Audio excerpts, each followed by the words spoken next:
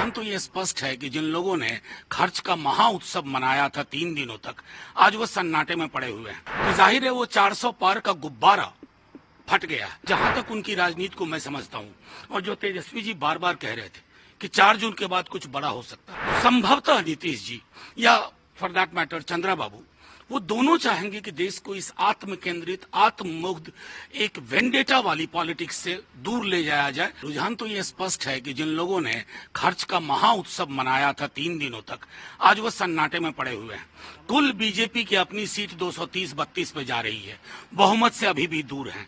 और अगर मैं चंद्रबाबू नायडू की पार्टी टीडीपी को और यहाँ जेडीयू को थोड़ा विलग कर दूं, तो मेजोरिटी भी नहीं है।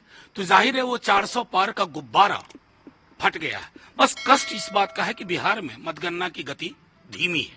तकरीबन 40 कॉन्स्टिट्यूंसी में अभी हमने बात की है, 2 से 2.25 लाख वोट की ही गिनती हुई है, जबकि पूरे देश में लगभग आधे से ज्यादा राउंड खत्म हो चुके हैं।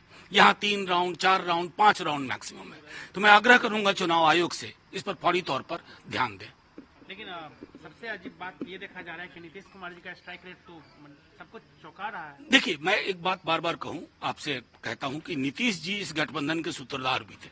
हालांकि बाद में उन्होंने निर्णय लिया, लेकिन मुझे जहां तक उनकी राजनीति को मैं समझता हूं, और जो तेजस्वी जी बार बार कह रहे थे कि 4 जून के बाद कुछ बड़ा हो सकता है, तो संभवतः नीतीश जी या फॉर दैट मैटर चंद्रा बाबू, वो दोनों चाहेंगे कि देश को इस आत्म केंद्रित, आत्ममुग्ध, एक वेंडेटा वाली पॉलिटिक्स से दूर ले जाया जाए, ऐसा मेरा विश्वास है। आप लोग उम्मीद करते हैं कि नीतीश जी, और आप लोग कोशिश करेंगे कि नीतीश जी को आप बताएं कि भाई इधर आना है, आप इसके सूत्रधार रहे हैं? देखिए, मैंने जो कहना था मैंने कह दिया। नीतीश जी के साथ हम विरोध में भी रहे, लड़े भी, साथ में काम भी किया, लेकिन इतना हम जानते हैं उनकी राजनीति फासिस्ट ताकतों के खिलाफ रही है। उन्हें आत्ममुग्धता पसंद नहीं आई, तानाशाही कभी किसी की पसंद नहीं आई। मैं समझता हूं उसी अनुसार निर्णय लेंगे।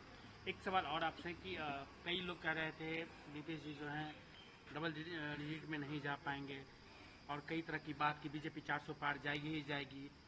देखिए, नीतीश जी डबल डिजिट में नहीं जाएंगे, अगर ऐसा नहीं था कभी भी। नहीं तो जिस तरह से बीजेपी ने उनको घेर करके उनको अपने साथ लाया, तो उसी समय हमें लग गया था कि हताशा बीजेपी के अंदर काफी है।